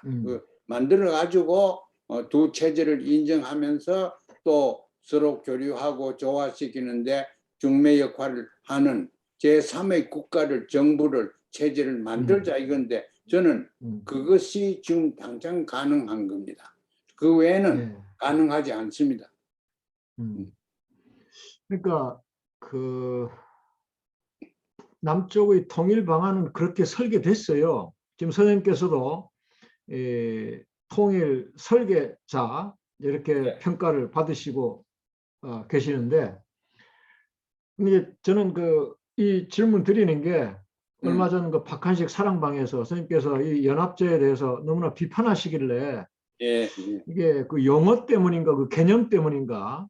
왜냐하면은 우리가 모든 것이 너무나 다른데 선생님께서 금방 이제 예시로 한 서너 가지 들었습니다만 개인주의, 집단주의, 또 세계주의, 민족주의, 그다음에 개인의 자유를 중시하는 자본주의, 사회적 평등을 중시하는 사회주의, 정말 너무나도 큰 차이죠. 이러한 큰 차이를 단시간에 해소할 수가 없기 때문에 당분간 두 체제가 공존하는 것 아닙니까? 저는 그렇기 때문에 국가연합을 필수로 보는 거예요. 우리가 급격한 통일, 공존하는 방법이 연합이 있고 연방이 있습니다. 근데 이제 그래서 우리가 이제 급격한 통일보다는 점진적인 통일이 사회 혼란을 피하면서 또 경비도 적게 드는 그러한 거기 때문에 연합이나 이제 연방을 거쳐야 된다 그러는데, 연합은 그 둘 굳이 차이를 둔다면은 연합은 대외적으로도 두 개의 국가고 연방은 대외적으로 하나의 국가입니까? 이제 실제로는 지방정부 두 개가 있는데, 그래서 저는 그래서 이제 그거 공통점을 바탕으로 했기 때문에 이제 이 연방제에서도 금세 외교권이나 국방권을 하나로 합치기 어렵기 때문에 이제 뭐랄까요, 낮은 단계라는 말을 만들어낸 거 아닙니까? 그게 이제 예. 국가연합하고 비슷하다. 그런 점에서 저는 이걸 이제 긍정적으로 평가하는 거예요. 그런데 선생님께서는 이 연합이란 말, 하여튼 대외적으로 두 개의 국가가 되기 때문에 좀 이제 좀 부정적이다 이렇게 하시는데 그냥 그걸 이 통일 과정으로 생각하시면 되지 않겠어요? 예, 그런데 예, 문제가 남북 관계에서는 체제 예, 경통성 경쟁. 음, 그래서 북에서 하면은 남에서는 안 따라가고 남에서 하면 북에서 안 따라가는 것이 지난 70년 그 때문에 통일이라는 건 점점 멀리 가고 있습니다. 제가 볼 예, 때는 제가 볼 때는 저기서 낮은 단계의 연방이나 무슨 연방이라는 말은 1960년, 60년부터 김일성 주석이 사용했어요. 그러고 그렇죠. 70년대 사용하고 또 90년대는 더 그래서 이 그 연방제를 남쪽에는 정치인들이 연방이라는 이배를 못 내지요. 방공법도 예, 있고 전 예, 국가 보안법도 있고 음, 음, 별개의 지급을 받고 못하지요. 왜냐하면 북에서 쓰는 단어를 사용하니까. 그 예, 이외, 그 심리적인 거 이외 정치적인 정책적인 거는 별 차이가 없습니다. 예, 그런데 이제 실질적으로 그 연방이가 연합 저는 그 회의록에도 다 영어로도 다 내지 않습니까? 우리 말이 예, 좋고 하지만은 저는 연합 연방보다는 컨페더러시는 연합이고 페더러시는 예, 연방입니다. 그래서 음, 미국도 페더럴 가버먼트고 심지어는 음, 우리가 닮으려고 하는 독일도 연방 국가입니다. 그렇죠. 컨페더러시가 예, 연방 국가입니다. 그래서 그래서, 우리도 연방 국가를 해도 되고 그 뭐 고체 음, 연합이라고 부르고 싶고 저는 연방 둘 다 다르게 불러라 이거예요. 그리고 예, 결국은 중요한 것은 둘이 만나고 평화롭게 이렇게 하는데 이 그 남남끼리 만들어 놓으면은 뭐 글쎄 그 셋째 정부가 있어 가지고 셋째 정부가 음, 중개 역할을 해야 됩니다. 그러고 예, 셋째 그건 이제 정부는 좀 이따 얘기 나누시죠. 그 셋째 정부에 관해서는. 예, 그럼 예예 저 연방제에 관해서 제가 학생들한테 한마디 그 정리하고 넘어가겠습니다. 예, 예. 제가 이제 그 연합을 좀 긍정적으로 평가하는 데는 미국 역사를 보더라도 미국이 처음에는 독립선언하고 1787년 연방헌법을 만들기 전까지는 국가연합 스타일이었잖아요. 그러니까 연합에서 연방으로 발전한 것 아닙니까? 미국도. 예, 예, 그다음에 이제 지금 유럽 연합을 보면 여기에서 이제 후퇴한다면은 뭐 30개국가 다 이제 헤어질 거고 여기서도 진전된다면은 유럽 연방이라는 한 나라로 언젠가는 이제 발전할 수 있지 않겠어요? 저는 그래서 이 연합이라는 말에 그렇게 이제 부정적인 의미보다는 좀 긍정적으로 받아들이고 싶었고요. 그다음에 이제 연방에 대해서 우리 사회에 너무나 많은 오해가 있거든요. 아직도 이 북한 연방제 통일 방안을 긍정적으로 평가한다든지 뭐 지지하면은 감옥에 가기 쉽습니다. 예, 근데 이걸 연방제에 대한 오해 때문이에요. 사실 이제 1960년부터 한 80년대까지는 이른바 이제 저희 학자들이 말하는 공세적 연방제라고 할까요? 그쪽에 이제 그 당시에는 북한이 우리 남한보다 모든 면에서 앞서 있었기 때문에 궁극적으로는 북쪽 사회주의가 남쪽 자본주의를 삼키자는 것 아니었느냐. 하지만 이제 90년대부터는 좀 처지가 바뀌어서 남쪽 자본주의에 흡수되지 않기 위한 그러한 수세적 방안으로 연방제를 계속 고수한 것 아니냐. 저는 그렇게 해석을 해왔습니다. 그래서 이러한 수세적 연방제조차도 우리가 받아들일 이유가 뭐가 있는가. 그래서 저는 공개적으로 남북 연방제 지지하고 연방제가 가장 바람직한 통일 방안이라고 주장해 왔습니다. 제 해석이 맞습니까? 공세적 연방제, 수사적 연방제. 예. 뭐 그렇게도 사실은 제가 볼 때는 음, 이름을 뭐라고 부르든지 관계 없습니다. 내용이 예, 중요합니다. 예, 그렇죠. 내용이 지금 연합이나 이 연방이라는 것이 완전한 하나의 통일 국가 변정법에서 합의 그 부부가 만났으면 옥동자를 음, 놓는 게 합이지요. 이제 그러한 예, 정반 합으로 나가는 데는 둘 다가 옳습니다. 그러나 예. 이 연합도 합인 이상적인 우리 연합 국가로 한 국가로 나가는 이게 그 길이다. 또 연방도 그래서 이게 그 길이라 길을 보여줘야 되는데 제가 좀 모자라서 그렇게 했지만은 이 길이 안 보여요. 문재인 예. 정부와 남쪽에서 얘기하는 연합제가 이 연합이 어떻게 해서 미국도 13개, 11개 이렇게 있다가 그게 이렇게 되는데 그거는 혁명적인 내란을 통해서 일어나지요. 그런데 그 이름을 가지고 내가 옳다, 네가 옳다 하는 그런 졸렬한 논쟁은 남과 북의 차원에서 피했으면 좋겠습니다. 알겠습니다. 고맙습니다. 그다음에 이제 또 중요한 게요. 북한의 핵무기에 관한 겁니다. 예.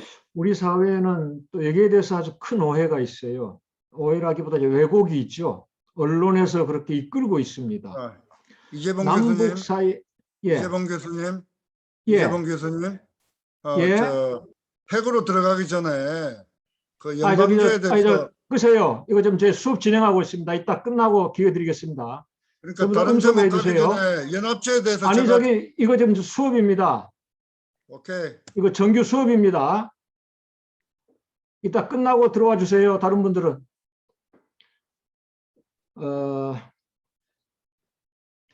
우리 남쪽 언론이 지금 잘못 이끌고 있어요. 남북 사이나 북미 사이에 협상되고 합의된 것은 한반도 비핵화, 조선반도 비핵화입니다. 그러니까 예. 북쪽에 대한 핵 위협이 없어지고 북한의 핵무기가 없어지는 상태. 근데 우리 남쪽의 언론은 한반도 비핵화라는 말을 안 써요. 북한 비핵화라는 말만 씁니다. 이게 지금 상당히 왜곡을 이끌고 있는데요. 이제 중요한 것은 선생님께서 북한 핵무기와 관련해 가지고 미국은 북한 핵무기가 폐기되는 것을 원치 않는다고 하셨습니다. 예. 저도 그렇게 주장을 해왔어요. 예. 이제 선생님은 미국 대통령들하고 친구처럼 지내시고 또 미국 지금도 이제 민주당 정권이죠. 민주당 정부의 뭐 고문 또는 자문 역할도 하시는 걸 알고 있어요. 그러한 선생님께서 미국이 북한 핵무기 폐기를 원치 않는다고 공개적으로 주장하시는 그 근거가 있을까요? 두 가지입니다. 첫째는 국내 정치의 변화인데 여기에서 아이젠하워 대통령이 밝힌 군산 복합체가 이렇게 노정될 수가 없습니다. 군산 복합체. 예. 저 거듭 말씀드립니다만 제 학생들 대상이니까 군산 복합체에 대해서 좀 얘기해 주세요. 예, 잠깐 그 용어 설명. 예. 이 세상에서 누구나 다 필요한 것이 무기입니다. 왜냐하면 국가를 안보를 지키기 위해서 무기인데 이 무기라는 거는 누가 삽니까? 정부가 삽니다. 개인이 사는 거는 아주 예외고 정부와 정부 사이에 사는데 무슨 돈까지 삽니까? 세금 가지고 삽니다. 자기 개인 재산 가지고 전쟁 무기를 절대 어느 나라든지 사지 않습니다. 그렇게 자기 돈이 아니기 때문에 비싸게 주고 삽니다. 또 그 관계에서 그 타락, 부정부패가 또 얼마든지 나타나죠.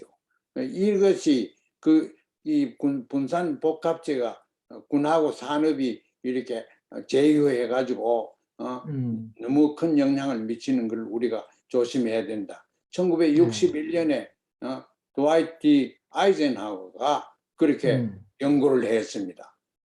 잠깐만요. 잠깐만요. 그러니까 1961년이면은 케네디가 대통령 할 때인데 60년 당선돼 가지고 바로 그 전에 대통령을 지낸 미국 아이젠하워 50년대 대통령을 지낸 사람이에요. 군 출신이죠. 이분이 군 출신임에도 불구하고 미국이 앞으로 군산 복합체의 영향에 휘둘릴 것이다. 그러니까 군부하고 산업체, 방위산업체죠. 이게 이제 결합을 해가지고 정부에 큰 영향을 미칠 거라 이거 아닙니까? 예. 예, 제 학생들을 위해서 제가 부연 설명했습니다. 예, 예. 그래서 군산 복합체 이익 때문에 미국이 북한의 핵무기 폐기를 원치 않는다. 이 말씀이죠. 예, 그렇죠. 이제 그 결과가 예, 아이젠하워 볼 때는 민주주의의 위기를 가져온다 이거죠. 아이젠하워가 대통령 마치고 나서 이런 얘기 하는 게 아니고 대통령을 마치고 이임사에서 의회가 이임사를 하는 가운데 분산복합제라는 말을 처음으로 썼습니다. 그러니까 군도 알고 또 지금 현실적으로도 지금 현재도 대통령인 아이젠하워가 이런 얘기를 하는 건 모르고 한 게 아닙니다. 그분 예. 얘기가 꼭 맞습니다. 해가 갈수록 지금 미국 경제를 지금 잡고 있는 것은 이 무기 생산하는 곳입니다.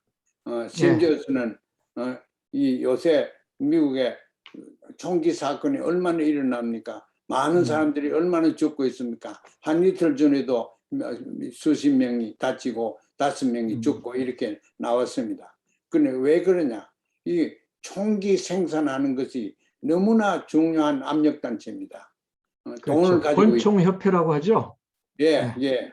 예. 그러니까 그래서 미국에서 소위 거의 매일 그리고 연간 수백 수천 명이 총기 사고로 죽어가는데도 불구하고 더구나 고등학생, 초등학생까지 총 가지고 다니면서 쏘아대는데 그럼에도 불구하고 이것을 막지 못하는 이유가 총기협회, 가장 강력한 로비단체 하나 아니겠어요?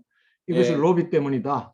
만약에 국회의원이나 대통령이 그 총기 규제한다고 하면 바로 낙선운동 들어갈 테니까요. 미국에는 낙선운동이 합법적이지 않습니까? 그래서 총기협회 때문에 총기 사고가 그칠 수 없고 그다음에 방산업체 이익 때문에 계속 무기 시장을 늘려가야 되기 때문에 북한 핵무기 폐기되는 걸 원치 않는다 이런 말씀이에요. 그런데 그 무기가 총 생산하는 데서 끝이지 않고 이제 비행기에도 나오고 폭탄 만드는 것도 나오고 컴퓨터 인터넷 전제 사이버 웨폰 나오고 이렇게 다 지금 확장되고 있습니다. 이건 지금 더구나 사이버 웨폰리는 감당 못할 만큼 빨리 진전되고 있습니다. 그래서 이게 이 군산 복합체가 미국에만 있는 게 아니고 이게 다른 데 또 전염병처럼 나가고 있습니다. 그 대한민국도 군산 복합체가 틀림없이 있을 거예요. 군산 복합체가 있으면은 거기엔 경제적인 부정부패가 생겨납니다. 그게 이제 한국도 있죠. 그게 지금 있는 것 같고 미국이 손을 대는 데는 전부 군산 복합체의 영향이 들어갑니다. 그게 이제 국내고 국제적으로는 이제 냉전이 없어지고 어떤 새로운 세계 질서가 지금 등장했지요. 이미 중국과 그런 사이에서 어떻게 하든지 중국을 겨냥해 가지고 그 무기적으로 안보적으로 중국을 능가해야 되고 중국을 견제를 해야 되는데 그걸 하기 위해서는 북이라는 조선이라는 악마가 있어야 됩니다. 그 악마가 있어야지 일본도 무장시킬 수 있고 남한에 무기 팔아보는 건 말할 수도 없고 지금 오스트리아 뭐 이런 데도 전부 다 그렇게 지금 나갑니다. 그러니까 우리가 이제 이 두 가지를 생각하면은 미국이 절대 조선의 비핵화를 원하지 않습니다. 예, 좋습니다. 예. 또 지금까지 종전선언도 거부하는 이유이기도 하고요. 근데 제가 미국 공식 자료를 가지고도 국내에서 이런 이야기하면은 친북 좌빨로 몰리기 쉽습니다. 저는 그런 딱지 의식해가지고 할 말 못하고 모르진 않습니다만은 그래도 선생님께서 훨씬 영향력도 크고 또 미국에 계셔서 훨씬 더 설득력이 있을 거예요. 제가 이렇게 말하는 것보다 선생님께서 글과 또 강의를 통해 계속 요거 더 널리 알려주시기 바랍니다. 고맙습니다. 그런데 예, 여기에 문제가 있어요. 이른바 북핵 문제, 90년대 초부터 불거졌습니다. 북한 핵 문제. 음, 근데 미국이 북한 핵 문제, 북한 핵 무기가 폐기되는 걸 원치 않는다면은 앞으로 이 북핵 문제 또는 한반도 비핵화 어떻게 이끌어갈 수 있을까요? 미국은 지금 음. 제가 잘못 보는 건 몰라도 좀 과격하게 보고 있습니다. 예. 미국은 조선을 절대 이 지구상에 살도록 두지 않을 겁니다. 언젠가는. 음. 음. 그래서 그거는 이제 핵무기를 가지든 안 가지든 이 세상에서 없어질 국가로 그렇게 지금 인정을 하고 있습니다. 그렇기 때문에 잠깐만요. 예, 잠깐만요. 선생님, 지금 민주당 쪽에서 예, 과거에 클린턴 집권 말에 음, 북미 수교까지 할 뻔 했잖아요. 예. 만약에 그때 클린턴 그 후임으로 그 부통령 했던 그 누구죠? 알고 갑자기 이름이 생각, 예, 올. 고가 당선됐다면은, 그러니까 부시 아들이 아니고 북미 수교로 나아가지 않았겠어요? 근데 공화당 정권에서나 그러지 민주당 정권에서도 그럴까요? 지금 민주당 정부입니다. 예, 그렇죠. 지금 민주당 북미 수교를 전혀 원치 않는단 말이에요. 그 사이에서 예, 클린턴하고 지금하고 그 사이에 예, 진보당 보수당이 없고 다 보수가 돼버렸습니다.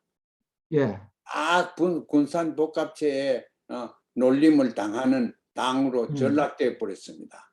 음, 대한민국도 제가 언제 봐서 주권 TV에서 이 얘기를 좀 할까 싶은데 대한민국도 진보 보수당이 없이 다 보수당이 지금 되어가고 있어요. 그런 예, 것처럼 자본주의가 쇠잔하는 그런 상황에 들어가면 민주주의도 어려움이 되고 그다음에 그 체제를 유지하는 힘이 없어집니다. 그러면은 보수 새로 진보적인 세력이 진보적인 이념이나 이런 거는 사라집니다. 그것이 미국과 한국에서 지금 바로 이 시각에 목격되는 것입니다. 이걸 극복할 수 있는 예지와 용기가 있지 않으면은 한국은 미국과 같이 자본주의 민주주의의 몰락에 휩쓸리게 됩니다. 알겠습니다. 저기 앞으로 이 주제에 관해서는 조금 더 깊이 따로 한번 저 말씀 나눌 기회가 있으면 좋겠습니다. 오늘은 여기서 저 끝내고요. 그 예, 다음에 지금 이제 시간이 대략 1시간 반 정도 됐는데 원래 제 수업 시간 2시간이지만은 제 예, 학생들이 2시간 동안 못 하거든요. 한 두 가지만 저 간단하게 더 다루겠습니다. 예, 첫째는 선생님께서 이 어떤 면에서 가장 중요한데 통일 설계하시면서 한민족 두 국가 새 정부 이 모델을 제시하셨어요. 예, 한민족 두 국가라는 말은 많이 나왔어요, 지금까지. 예, 저도 그런 얘기를 했고. 근데 새 정부 요거는 뭡니까? 한 정부가 추가되는데 요거에 대해서 잠깐 말씀해 주시겠어요? 예, 예. 음. 통일 국가가 없는 통일은 있을 수 없습니다. 예. 통일 국가가 앞으로 될 수 있는 어린애라도 있어야 됩니다. 예. 이게 이제 셋째 체제 내지는 셋째 국가라고 얘기를 했는데 이, 음. 그래서 제가 변정법 말을 쓰지요. 그 음. 자본주의가 먼저 나오고 사회주의가 그게 잘못된 걸 시정하기 위해서 나왔고 그 다음에 예. 소위 공산주의가 더 완전한 체제라고 나오기는 나왔지만은 공산주의가 제대로 돼 먹지는 않았지요. 그런 가운데 이제 북과 남이 우리가 통일을 하려고 하면은 제3의 그 평화나 이런 걸 더 완전한 사회의 모습을 환경 문제나 건강 문제나 이런 걸 좀 규모가 적더라도 하면서 북에서 남에서 배워갈 수 있고 또 북에서 남에서 자기들이 공헌할 수 있는 그런 셋째 체제가 우리가 당장 필요하다. 저는 그렇게 생각합니다. 이 셋째 체제를 움직이는 제일 첫 단추로서 통일평화대학을 남과 북이 합해서 우리 민족대학을 하나 만드는 게 옳다고 생각하고 아니, 거기에서 통일평화대학은 이제 좀 이따 따로 말씀해 주시고요. 지금 그 새 예. 정부, 예, 그래서 셋째 정부는 인류가 생각할 수 있는 가장 이상적인 말하자면 체제를 구상하자 이거죠. 그러니까 자본주의와 사회주의, 개인주의와 단체주의, 이퀄리티, 참 평등과 자유 이것을 전부 다 서로 조화를 시키는 그래서 누가 볼든지 저 사회는 미래지향적이고 옳게 된 사회다. 옳게 가고 있다.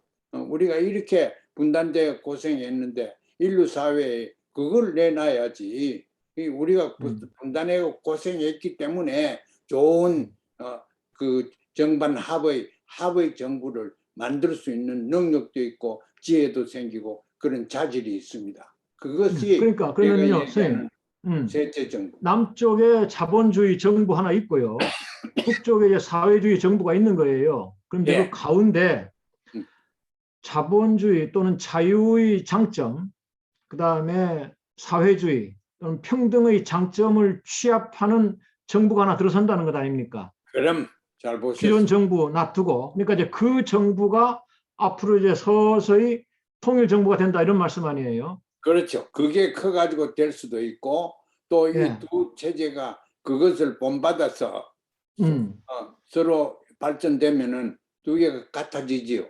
경제 질서도 같아지고 이념도 같아지고 통일을 그렇게 하는 것이 옳다고 생각합니다. 예, 좋습니다. 그런데 기존 두 개 정부에서 또 하나 이제 제3의 정부를 만든다는 게 그렇게 쉽지 않을 것 같습니다. 상당히 이상적이지만은. 예, 그런데 제가 구체적으로 생각을 합니다. 지금 비무장지대 있지 않습니까? DMZ. 예, 그거는 내 것도 아니고 네 것도 아니에요. 그거는 우리 겁니다. 우리 민족 예. 겁니다. 그걸 우리가 어떻게 하든지 미국과 유엔을 설득시키든지 해서 그걸 찾아와야 됩니다. 그래서 이거는 통일 지역으로 만들어야 됩니다.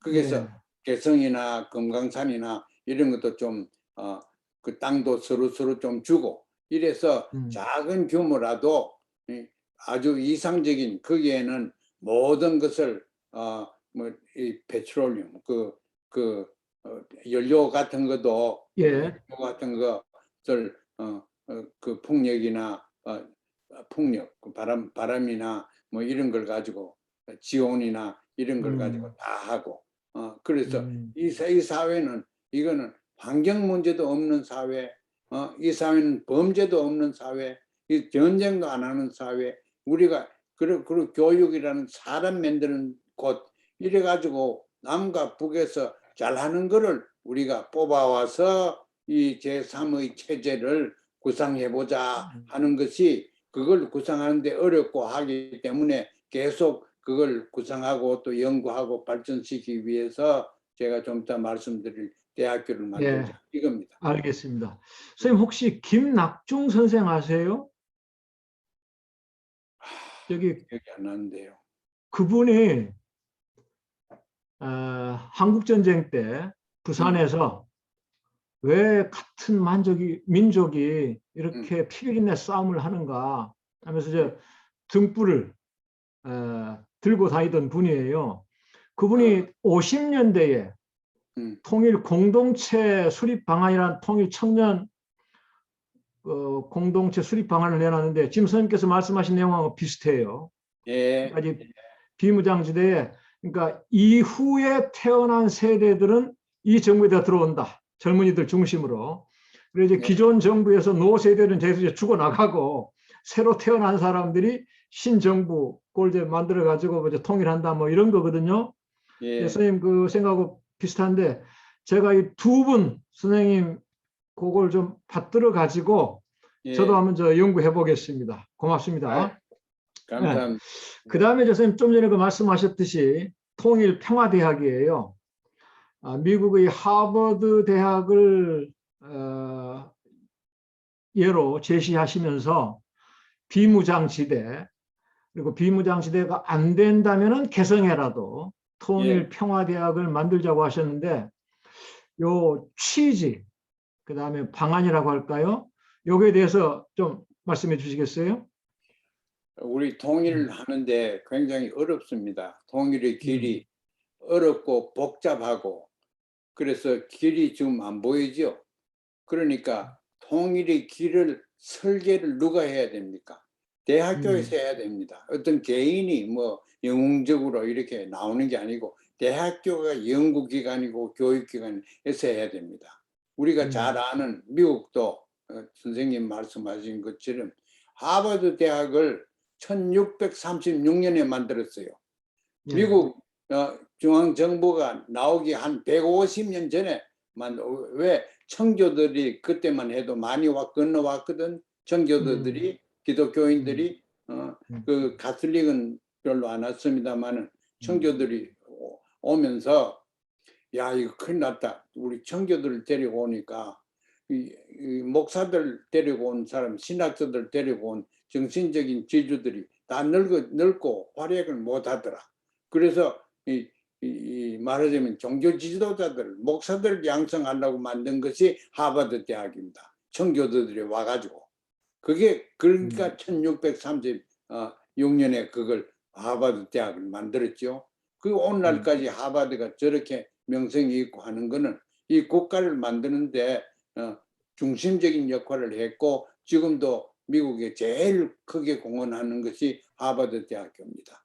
그래서 우리는 미국보다도 더 교육을 중요하게 생각하고, 그러한 또 과거도 있습니다.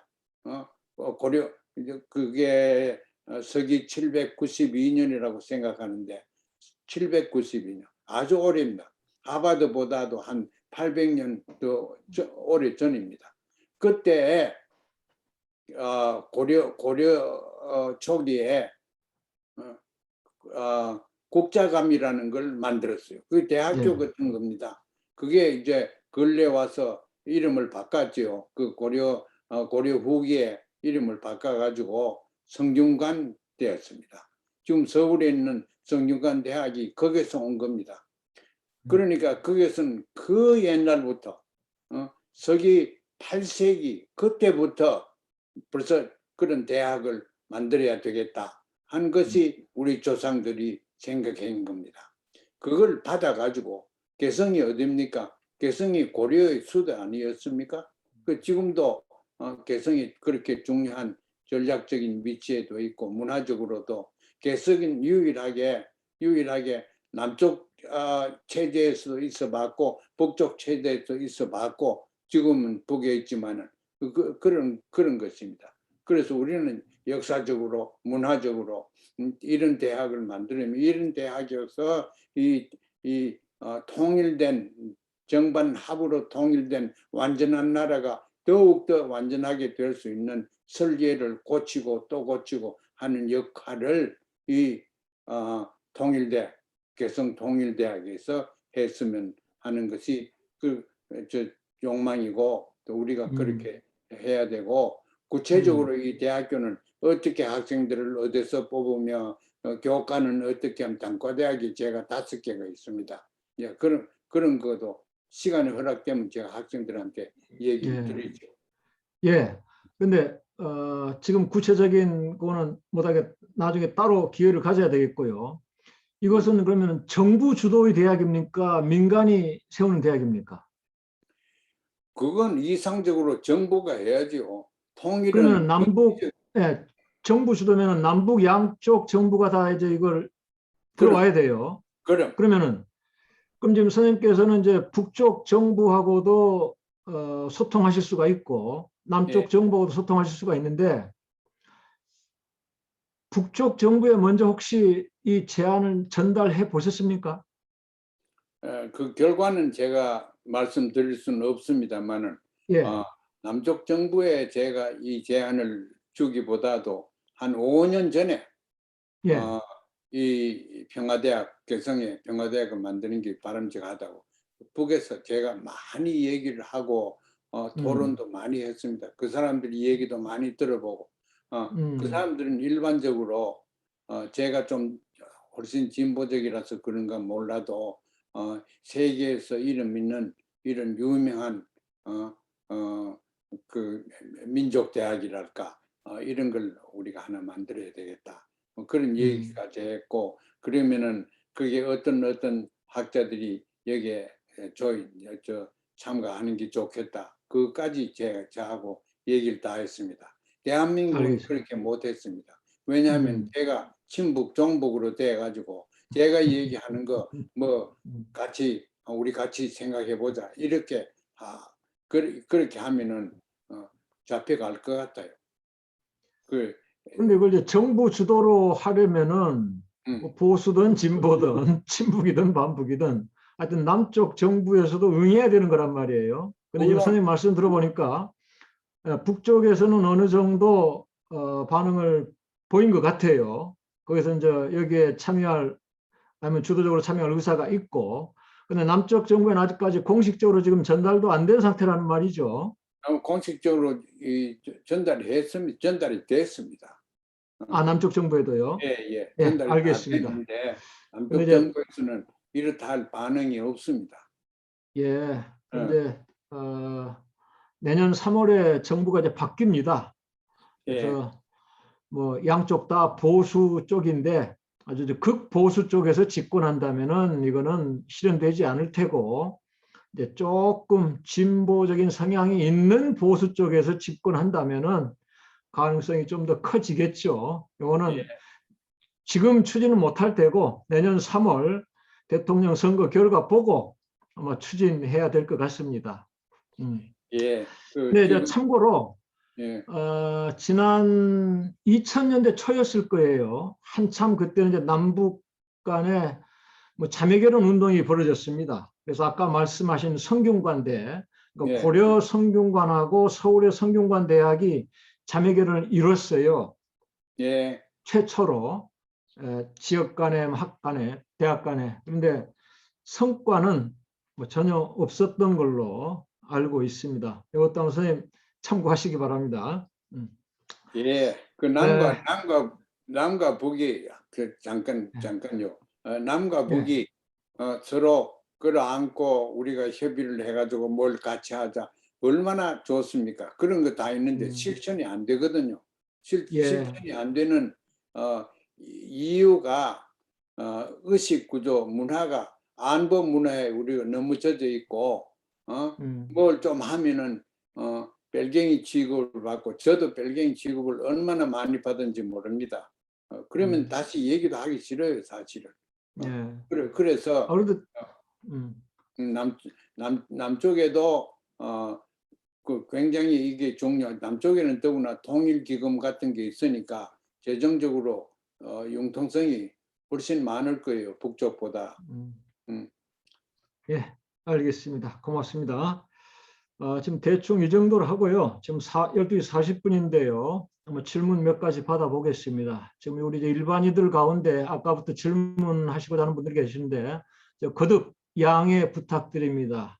이 시간은 제 정규 대학 교양 수업입니다. 그래서 1차 질문은 제 학생들한테 우선권 주고 그 다음에 이제 동시에 이것은 민주평통에서 운영하는 통일시대 시민교실이기도 합니다. 거기 자문위원들이 한 100명이 넘어요. 지금 이제 유튜브로도 참여하고 줌으로도 참여할 텐데 거기에다가 2차 우선권 드리고 그 다음에 이제 3차로 우리 일반인들 모시겠습니다. 먼저 제 학생들 가운데 저도 좋고 우리 박한식 선생님께도 좋고 질문 있으면은 바로 해주세요. 우리 저 유성준 선생 음소거 다 풀어주세요. 모든 참여자들한테.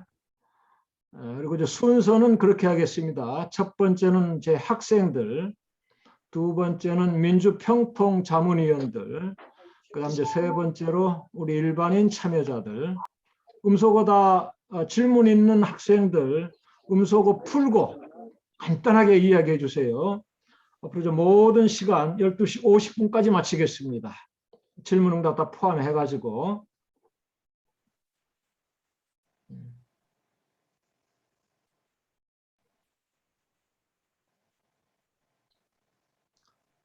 무슨 대담에 대한 감사문 제출은 바로 하시고 꼭 질문하라는 게 이제 이런 질문이나 하세요. 우리 학생들. 감사문 제출하는 건 필수입니다. 하세요, 바로. 그 다음 이제 자문위원님들 질문 있으세요? 직접 얘기하셔도 좋고 채팅방에다 올리셔도 좋습니다.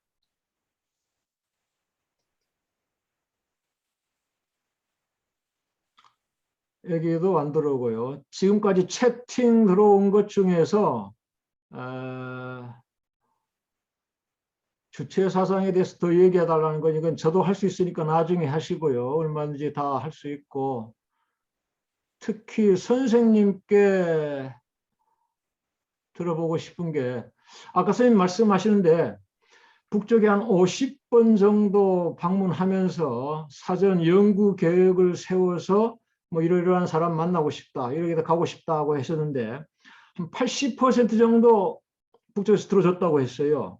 예. 그 들어주지 않는 한 20% 정도 어떠한 내용인지 알 수 있을까요? 저도 궁금합니다, 이거. 어떤 대목을 못 받아줬는지 북쪽에서. 말하자면은 자기 체제의 안정성이나 이런 데 대해서 묻는 데 대해서는 답하기를 회피하고 안정성이 예를 들어서 무슨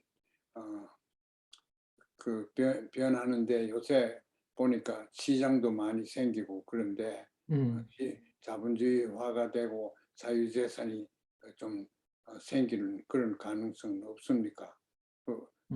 그런 가능성이 없습니까? 그러면 없다고 얘기를 하지요. 그러나 제가 원하는 거는 그 공식적인 대답보다도 좀 사적인 고찰 같은 걸 들으려고 하면은 그래서 그분들이 피합니다. 원하지 않습니다. 알겠습니다. 하여튼 체제 안전과 관련된 좀 민감한 문제, 요거는 그 다음에 우리 저 학생들하고 자문위원들 안 하니까 아까부터 저 정대화 선생님 중간에 들어오셨는데 간단하게 한번 해주세요. 음소거 푸시고. 예, 오늘 박 교수님 또 좋은 말씀 많이 들었고 많이 항상 배웁니다. 근데 우리가 서로 의견 차이가 있음으로 해서 배우는데 아까 이재봉 교수도 구주 통합 이론에 대해서 이야기했는데 저는 아직도 과도기에 중간 단계로서 연합제가 필요하다고 보는 입장이거든요. 아직도. 그래서 이제 저는 학위 논문이 구주 통합 이론을 이용해서 한반도에 적용한 것입니다. 그래서 잘 아시다시피 구주 통합 선생님 저 이론은 간단히요. 그러니까 저 네네, 선생님께서도 국가연합을 선생님. 시간 좀 주세요 저한테.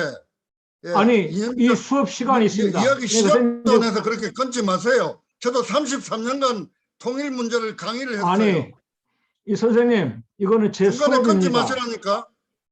그래서 구주 통합 이론이 그 비정치적. 선생님 질문 맡겠습니다.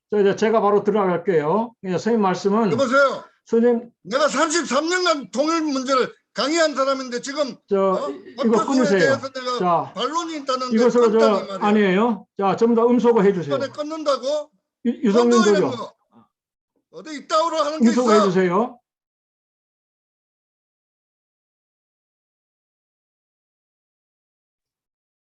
박하식 선생님 음소거 풀어주시고요. 박한식 선생님 음소거 풀어주세요. 네, 풀었습니다. 네. 불미스러운 일인데 제가 진행을 잘못해서 죄송합니다. 질문 더 이상 받지 않고요. 선생님 이제 마무리 발언으로. 내가 햇볕 정책을 구하는 사람이야. 햇볕 정책을 구하는 사람이라 기회를 줘야지. God damn shit. 내보내세요. 이분 내보내주세요. 제가 잘 아는 분입니다. 저기 선생님께서 마무리 발언 한 1, 2분 정도 제 학생들 그리고 자문위원들 또 여기에 참여하시는 일반인들에게 한 1, 2분 정도 마무리 발언 듣고 끝내겠습니다. 고맙습니다. 예, 마무리는 간단합니다. 어느 사회든지 선택의 자유가 있는 게 좋습니다. 선택의 자유가 있다는 것은 그게 어떤 종류든지 민주주의입니다. 옳은 제도입니다. 선택의 자유가 있는 게 중요하다고 하면은 선택할 대상이 있어야죠. 그래서 정당도 한 개보다는 여러 개가 낫고 또 더 많을수록 그게 선택의 여유를 주고 또 새로운 선택을 제시할 수 있는 그런 역할을 하는 사람들이 좀 학자들이 그런 역할을 해야 됩니다. 그래서 다양한 사회가 획일적인 사회보다도 선택의 자유를 허용합니다. 그런 걸 보면은 남과 북이 다양한 사회라고는 볼 수가 없습니다. 또 그 북은 더구나 그렇지만은 조선 노동당 그 안에 여러 가지 말은 파벌이 있고 전문성이 다른 사람들이 다 모여서 서로 횡적인 연결을 많이 하고 있습니다. 그런 의미에서는 획일성 안에 다양성이 있다고도 볼 수 있는데 대한민국은 제가 볼 때는 다양성이 굉장히 없어요. 그 지위가 좋고 돈 있는 사람들한테는 어떤 선택권이 있는가 몰라도 그 중요하지 않은 선택권이지요. 중요한 선택권에 가면은 그게 그 선택의 자유가 말할 수 없이 제한됩니다. 지금 대통령 선거가 오는데 제가 신문을 보니까 국민들한테 선택할 수 있는 다양성 있는 정당들이 없어요. 지금 야당, 여당 다 보수적으로 돈 위주적으로 자기 기득권 보호하는 그런 방향으로 다 가고 있고 남쪽의 정치라는 것은 민주주의가 그런 의미에서 선택권을 권장하는 그런 체제가 지금 사라지고 있습니다. 그래서 우리가 이런 기회를 통해서 학생들이나 더구나 좀 생각하는 사람들이 우리 다양성을 포함되는 그러한 사회를 만들어야 되겠다. 그런 생각이 듭니다. 네, 좋은 말씀 고맙습니다. 제 20대 젊은 학생들도 2시간 가까이 꼬박 공부하기 어렵습니다. 근데 선생님 지금 80대 노학자께서 1분도 쉬는 시간 없이 지금까지 2시간 동안 말씀해 주셨습니다. 너무 고맙습니다. 선생님 앞으로 건강 잘 지키시기 바랍니다. 네, 그리고 지금까지 참여해 주신 모든 분들 고맙습니다. 우리 박수로 오늘 대담 마치겠습니다. 여러분 네. 고맙습니다. 안녕히 계세요. 네. 수고하셨습니다. 네. 건강 수고하셨습니다. 잘 지키시기 바랍니다. 수고하셨습니다. 네. 수고하셨습니다. 안녕히 들어가세요. 수고하셨습니다. 자, 나가십시오. 예, 선생님 먼저 나가십시오. 예, 제가 먼저 나가지요. 예, 연락드리겠습니다. 예, 고맙습니다. 건강 잘 지키십시오. 교수님. 예.